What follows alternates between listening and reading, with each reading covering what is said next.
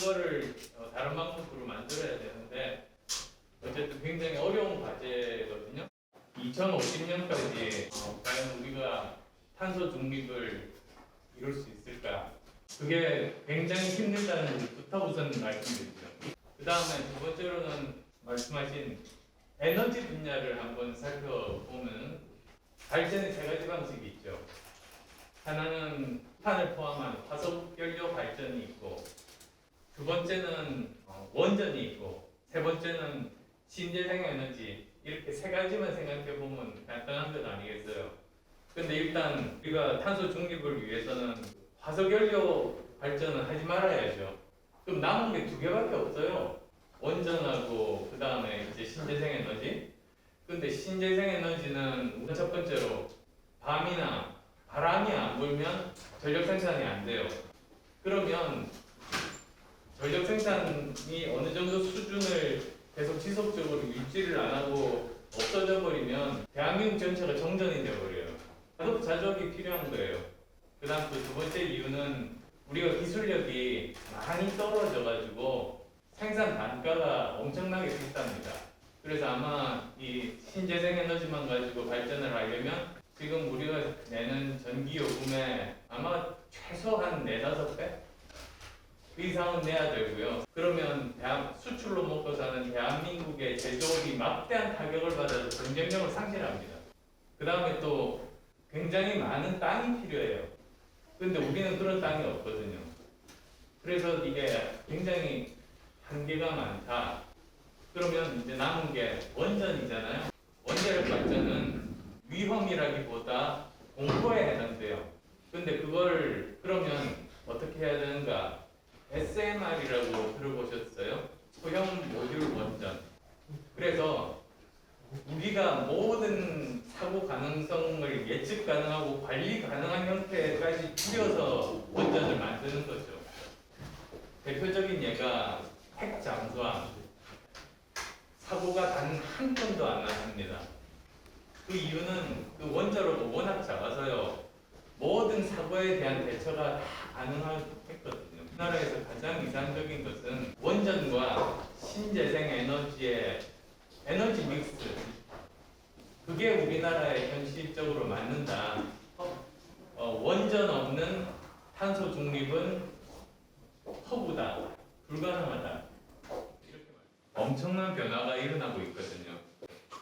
코로나19 사태, 지금 그냥 급속하게 현실이 된 4차 산업혁명. 그 다음에 세 번째가 미중 신냉전입니다. 근데 미중 신냉전의 특징이 무엇이냐면 과학기술 패권 전쟁이라는 게 본질이거든요. 앞으로의 세계는 과학기술 패권을 가진 나라가 세계를 지배하고 국가 지도자는 그 전쟁의 최전선에서 사령관을 합니다. 시진핑이 칭화된 공학과 출신이에요. 이 사람이 생각하는 그 중국몽, 그 중에 핵심 중에 핵심이 과학기술 중국몽이에요. 이게 진짜 만만치 않은 싸움이에요. 우리는 앞으로 어떻게 해야 될 것인가? 우리가 만들고 싶은 나라 하면 제일 간단한 표현이 더 좋은 대한민국. 그리고 그 더 좋은 대한민국이 뭐냐? 저는 세 가지. 강한 나라, 바른 나라, 안전한 나라. 강한 나라라고 하면 과학기술력, 경제력, 군사력이 강한 나라. 바른 나라라고 하면 공정의 가치가 우리 사회 곳곳에 다 뿌리내린 그런 나라. 안전한 나라라고 하면 코로나19 같은 이런 방역뿐만 아니라 복지 혜택을 통해서 사람들이 파이낸셜리도 안정감을 느낄 수 있는 나라. 결국은 미래, 공정, 안전, 저는 세 가지가 시대 정신이자 가장 중요한 개념, 우리가 앞으로 나라를 발전시킬 때 좌표가 될 그런 중요한 개념이다. 저는 그런 생각을 가지고 있습니다. 지금까지의 진보 진영에서는 성장 없는 분배 담론이었어요. 보수 진영에서는 분배가 없는 성장 담론에 치우쳤는데 이제는 우리나라가 이 둘 다를 함께 가지고 가야 되는 상황이거든요. 그게 아까 제가 말씀드린 강한 나라는 어떻게 보면 성장 담론에 해당되고요. 안전한 나라는 이게 분배 담론에 해당이 돼요. 우선은 그러면 성장 담론, IT가 성장 담론과 직결이 돼서요. 어떻게 해야 되는가? 초격차 과학기술 5개만 확보하면 삼성전자 같은 회사 5개를 보유할 수 있고, 그러면 우리나라는 5대 경제 강국에 들어갈 수 있다. 가시권에 들어온 기술들은 전 세계적으로 1위권에 해당하지만 아직도 압도적인 1위가 아닌 분야, 그런 분야에 집중해서 그 분야를 초격차 기술 분야로 만드는 게 우리가 지금부터는 해야 될 일이라고 생각한 거죠. 대표적인 게 디스플레이 분야, 원자력 발전, 그 다음에 또 2차 전지, 그리고 수소 경제, 또 이 바이오 산업 분야, 또한 과학기술 분야는 아니지만 오징어 게임을 봐서도 아카데미상을 봐도 알 수 있듯이 이 정도면요 글로벌 컨텐츠 기업 하나 정도 우리나라에서 탄생할 수 있어요. 그게 제가 생각하는 경제 담론이거든요. 그래서 그거를 555 성장 전략이라고 불렀어요. 5개의 초격차 기술을 만들어서 5개의 삼성전자급의 글로벌 대기업을 만들고 그걸 5대 경제 강국에 들어간다. 교육 정책이야말로 일관되게 대통령이 바뀌더라도 지속이 되어야지 효과가 나는 거지. 5년마다 바뀌면 쌓아놓은 거 없어지고 쌓아놓은 거 없어지고 이러거든요.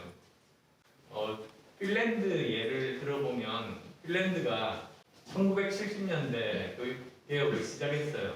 그 효과가 1990년대, 20년 걸립니다. 우리나라가 지금 시작하면 2040년에 효과가 나타나기 시작하는 거예요. 늦었지만 사실은 지금부터 해야 되는 거거든요. 그럼 뭐 4차 산업혁명 시대가 되고 없던 일자리가 새로 생긴다고 하는데 그러면 사실 거기에 대한 준비를 교육이 시켜줘야 돼요. 그런데 우리나라는 아직도 20세기 교육, 산업화 시대의 인재 만드는 교육을 21세기를 살아갈 여러분께 시키는 거라고요. 그러니까 사실은 이게 바뀌어야 됩니다. 결국은 사회적 대타협을 해야 됩니다. 모든 이해관계자가 다 모이는 거죠. 그래서 정부에서도 관료, 그 다음에 여당, 야당 전부 다, 그리고 또 학교 선생님, 교수님, 학생들, 학부모들, 교육 전문가 모두 다 모여가지고 10년 계획을 합의를 하는 거예요. 하고 나서 그걸 매년 하는 거예요.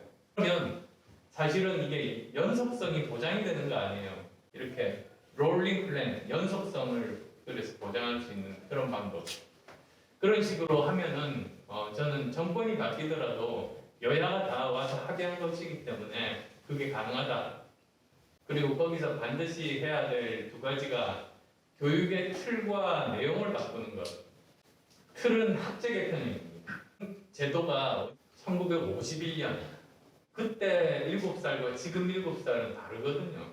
저는 3살, 만 3살 유치원 공교육부터 시작해야 된다. 만 5세에 초등학교에 들어가고 이런 식의 계획이에요. 그래서 대학교 입학도 지금보다는 1년 더 빨리 이런 식으로 전체의 틀을 바꾸는 게 하나 있고요. 그리고 이제 교육 내용도 지금처럼 그냥 산업화 시대 인재 만드는 교육이 아니라 실제로 자기 적성을 발견하고 그 창의력을 발휘할 수 있고 문제 해결 능력을 키울 수 있는 여러 가지 교육 기법들을 그런 걸로 이제 바꾸는 것을 사회적인 합의를 통해서 거기에서 만들면 정부 대통령이 다 그 안을 존중해서 실행에 옮기는 것. 저는 그게 답이라고 생각합니다.